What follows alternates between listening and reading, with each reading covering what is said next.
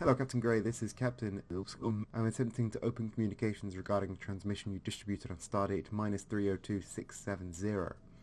And while I know this message was delivered with good intentions, I have found some omissions and I feel the need to address them. I hope you and your fans can see that following the original thematic motifs of your transmission highlights that I deliver this message not out of malice or as an opportunity to ride your coattails, but as a chance to highlight some omissions in the communication, as well as some alternative solutions to those affected by the omissions. I only want to offer the help I see you offer, but to a wider spread of vessels currently orbiting Earth. I feel like the easiest way to address these omissions is to highlight parts of the original communication in which they appear. So I hope you don't mind. I don't think this counts as freebooting, so after all, critique is fair use. I'm going to drop the space thing now. It's hard to write and I don't do sci-fi very well. So my two main problems with the video are the mission and the limited audience of the audience given. Let's start with the former, as it's the first thing to come up in the video. For the record, I really like the spaceship metaphor. I think it's really well thought out and applies to the situation quite well. Starting with some momentum but having to work to keep it going, it all works. But then, like I said, you make your first mistake in my opinion when you state the mission: return better than you left. You state this early on in the video, almost as the thesis statement. You call it the mission after all, and it's not just you, we've been seeing this everywhere. The quarantine is a gift, a chance for self-improvement, that if Newton can invent calculus in quarantine, then you can learn a new skill and all that. I've seen this tweet go around with higher and higher retweets every time, and I'm sorry to be blunt, Captain, but it's total bull. You don't need to come back to Earth with a new painting under each arm, or a new language, or whatever. Now is not the time to do this. This time is for survival. What your video seems to ignore after the first sentence is the reason we're all up in here in our vessels in the first place. As a global crisis, a crisis in which death tolls rise daily, wherein 2/3 of us have been told it's too dangerous to leave the house for work. And you know that creeping exhaustion that you just cannot get rid of right now? That's called moral fatigue. Rolling Stone surmises really well what moral fatigue is. We're faced with a lot of the same decisions from our pre-corona lives, except now even the most mundane activities have turned into moral dilemmas. Whether it's trying to decide if you should visit a sick family member, order delivery, take public transit, or take a trip to the grocery store, we now have to think through the potential implications of many of our totally normal, everyday actions and decisions in a way we never had to before, because of how they could affect others. This is called moral fatigue, and it's exhausting. So with that stress piled on top of us, telling us that we have to spend this time productively only piles more stress on top of us. And hey, maybe you function well under stress, Captain Grey, but that experience is not universal. By the way, hold on to that sentence for a second, we'll need it later. But for others, it's almost as if the current climate puts them in a permanent fight or flight mode, unable to focus on bettering oneself.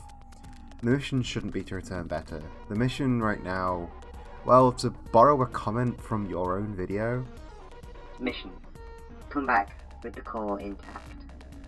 Optional mission: come back better than before. Absolute mission: come back. As an aside, this productivity culture born out of the drive for infinite growth of capitalism has gotten so toxic. The gig economy and side hustles and all this has gotten so bad to the point where people are being shamed for not hustling during a global pandemic. Just stop and think about that for 2 seconds. I mean, we've been brain poisoned to believe that our inherent value is so linked to our productivity and what we produce for our bosses and the economy, and it's simply not the case. Your time is your time, pandemic or not. You needn't be spending every moment of every day working and hustling. Just turn off and enjoy yourself for a little while. I promise you'll feel better. I have no issues with those that wish to use this time productively. I have no issue with people who thrive off stress. My issue is with the presentation of your video, Captain, as it portrays productivity as the correct way to spend time in orbit. It may be your goal, it may even be the goal of the majority of the audience, but people who cannot deal with the stress, for people with anxiety disorders, you're only making it worse. Now, not only are they scared and uncertain and morally fatigued, they're also feeling guilty for not being able to come down better.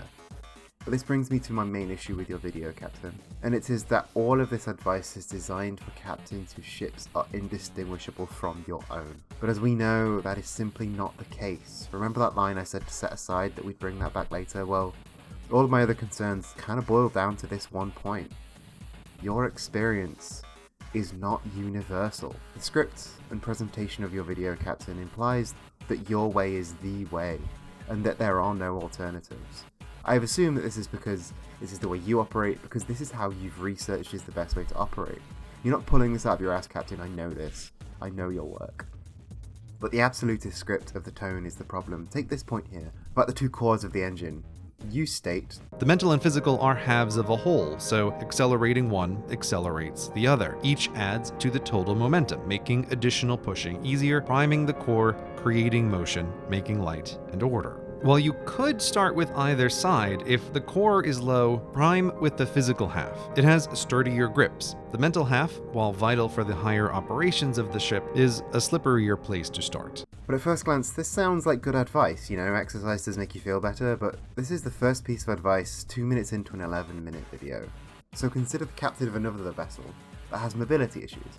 Perhaps they're in a wheelchair, or they're on crutches, or they have a chronic illness that prevents them from exercising. The way this video is presented shows them that they simply cannot continue. There's no way for them to power the core. This video is just not for them. This help is not for them. These people that, let's be real, need the help. They get shafted and forgotten and pushed aside over and over. The least we could do is think about them in our scripts. And unfortunately, this isn't the only example of this in your communication. Later on, you discuss the importance of separating your physical space into zones and never to cross over one activity into a different zone. This is a great idea. I love this idea. I use this idea daily in my normal life. But as you know, Captain, this is not normal life. One cannot move to the coffee shop to do work or to the library to go study. In the example laid out in the video, each of these zones is about 4 by 2 feet, about the size of a double bed. 90% of people I know do not have 32 square feet of room in their house, if you take away bathrooms and kitchen spaces. I know a young professional that lives outside London. He had this to say. "I live in a 4x4 square room. It takes one step to get from my bed to my kitchen. I cannot separate my sleeping zone from my doing things zone. They are the same zone." This is a story that rings true for many, many people in the UK and across the world. To presume that everyone can afford a vessel of appropriate size to divide into such zones forgets to consider those without the finances to afford one, as well as yet again neglecting those who simply cannot move around their house to do different activities, be it for mobility reasons or because they simply don't feel safe in their house. Once again, to someone in any of these situations, to a person living in a small flat, or a person on crutches, or a person who, like me, shares a house with 2 other people and it's a very small house, this transmission is so dismissive. We're told we don't matter, that there's no helping us, and again, let's be honest, we get told that on an almost daily basis. It'd be nice to not hear it for once. Captain, your advice is good, but only for wealthy, able-bodied viewers in safe environments, who are one of the most overrepresented groups in society. Once again, I must stress, I do not think you did this on purpose. I am simply concerned about the omissions in your transmission. And I wanted not only to highlight them, but attempt to offer help to those whom I feel were omitted. And it's not a huge change. After all, the foundations of the idea are solid. Zoning activities is a great concept, however, forcing it into physical spaces is not. You can sanctify the activity with any ritual, not necessarily one that requires physical movement. My work zone and my gaming zone, which is how I relax, are the same desk since I have an editing PC that doubles as a gaming PC.